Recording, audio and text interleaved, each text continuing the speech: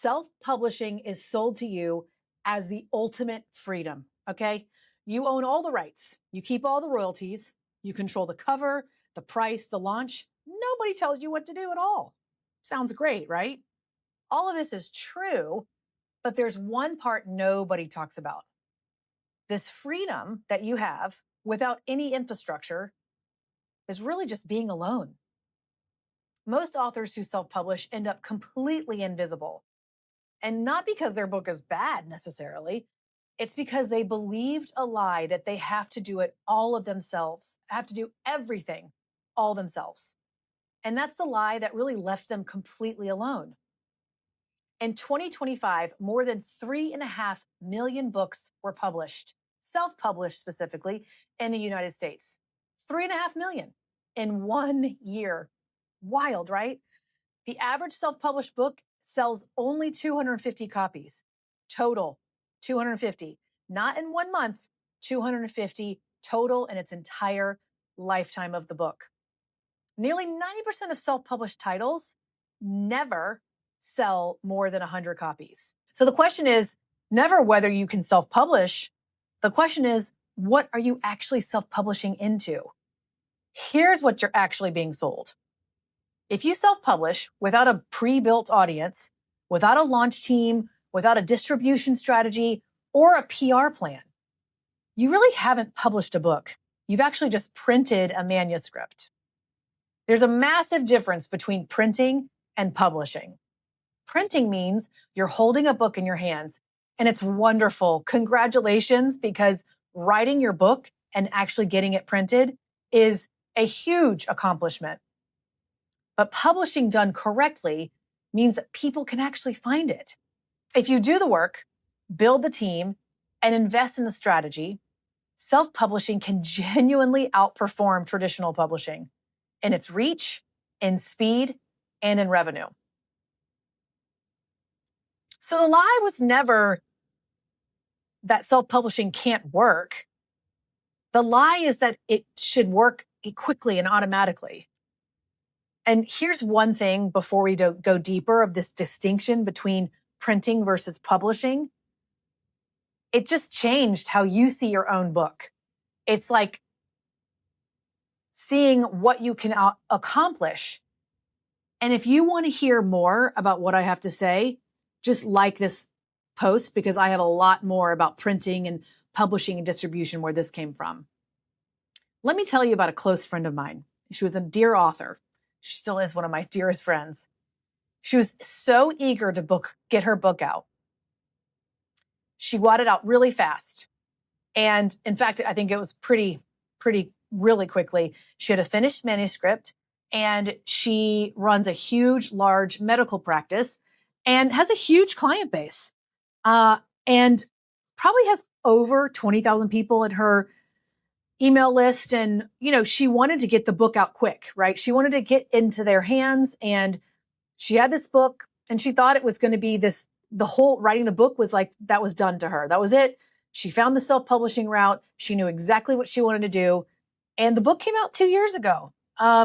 Today, to this day, it's only sold 350 copies, maybe a little bit more now because she's working with me. But I have to say, it has not performed like she wanted it to. And it really kind of threw her off when she saw how many she sold. And she thought she would at least be in the 10,000, especially with a 20,000 person database. She assumed everyone would come running. And that's the most common mistake. Actually, two things.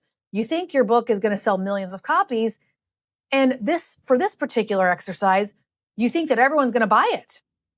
But she didn't have a plan. The good news is that this work still exists. And with some help, we're going to rebuild what she's done existing with the book and changing up the strategy just so that we can pretend like the book's almost having a relaunch, and we're going to make it a success. And it's already proven to help what she wants to do. I've been in this industry for a long time, and I've watched authors with beautiful, brilliant books really underperform. And I've also watched books that were just honestly massive bestsellers. The difference was never about the book. It was about the infrastructure behind it. I think about another author who published 5 years ago. whose book became a huge success. And the difference here was that she had a very strategic plan. She built this entire infrastructure even before she finished her book. She spent 9 months preparing for her launch. Then the launch was a huge success. 6 months after the launch, she did a TEDx talk. And 5 years later, to this date, this book has become a full rebrand for her, an even larger platform, and truly an abundant life that she could not have imagined previous to the book. If this is the kind of straight talk that you like and that you've been looking for, please follow me along, because you are going to get a lot of good information from me that I believe, will change your mind on everything that you think about publishing. Every week, I like to break down certain strategies just for you to know what's going on in the publishing space. Now, I know what you're thinking, though, that, traditional publishing is just gatekeeping. I want to self-publish because the industry is not for me. It's broken. And I don't want to wait 3 years for some editor to tell me my book isn't the right book. And I totally get it. I hear you. You could be right sometimes. But traditional publishing has truly some problems, some issues. The real gatekeepers and the real delays, not necessarily all about publishing. It's about what you want it to be. Here's what I need you to understand. The market is also a gatekeeper. Amazon's algorithm is also a gatekeeper. A reader's attention span is a gatekeeper. Everything can be a gatekeeper if you believe it's a gatekeeper. Choosing self-publishing doesn't mean that you have just totally escaped any of the gatekeepers. It means you've made yourself responsible for opening it. And that responsibility is a huge one that you should not go alone. It's a powerful, beautiful experience. And when you've prepared for it, it can be really, really rewarding. If you haven't, it can be extremely devastating. So here's what I want you to take away from this. Number one, the lie is not about self-publishing. The lie is in solo publishing. No author succeeds alone. Not traditionally published authors even, not even hybrid, not even self-published. The question was never whether to have a team. It's which team do you want to build? Truth be told, I don't really support doing it alone. If you can't tell, I don't think you should publish alone. I believe in building this expert team, people who will give you that lift, people who will show up for you when you're exhausted. And nobody does really anything great alone. So why do you want to start now?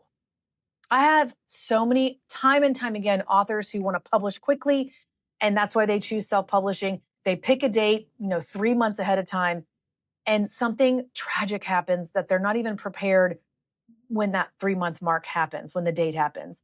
It happens more often than you realize, and it's something that you really have to be aware that when you self-publish, you need the team that's going to be behind you to support what all you're doing. Publishing the successful book is a massive undertaking, and you are the CEO of it. So hire your CMO, your chief publicist, your brand manager, your social media expert. Hire it all. I promise you, you need to give yourself time to give yourself goals to execute. And yes, is it really a lot of work and money and time to devote into building this business within a business?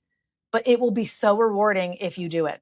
And I would also make sure that you set clear goals for your team and make them quantifiable so you can see a difference and not just, oh, I want my book to be great. No. Get them involved and invested in what you want them to do. You're investing in your book. So make sure that they're investing just as much as you are, but you have to be the one guiding it. Number 2, build your audience before you publish. Now, this could happen. Again, I wouldn't publish any sooner than 3 months, but your email list, your social following, your speaking platform, your relationships, these all have to exist before the book drops, not after, before. And before can be starting today. The good news is that your contacts already live everywhere. Think about it. You have this guy right here, guy or girl. Look in your phone. I bet you have more contacts than you realize. Start texting them, telling them about your book, sharing the message. They'll be excited because they'll love that you reached out to him. They'll love that you reached out to them. And who knows, they may be people that would be huge ambassadors for your book. This takes a lot of time and it takes nurturing. So start it now, at least 6 months before your book comes out.